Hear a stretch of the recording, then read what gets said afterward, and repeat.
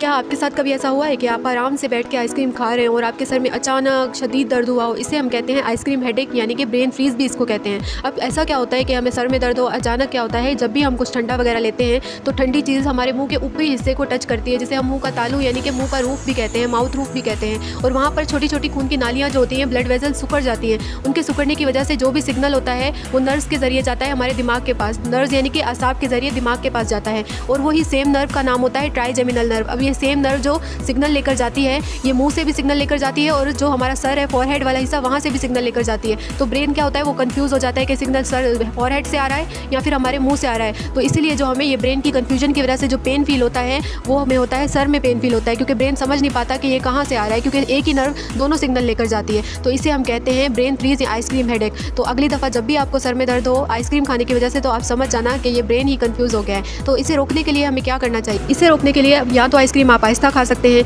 या फिर आप क्या कर सकते हैं कि आप बाद में कुछ गर्म ले लें, या फिर नेक्स्ट टाइम आप आइसक्रीम ही ना खाएं।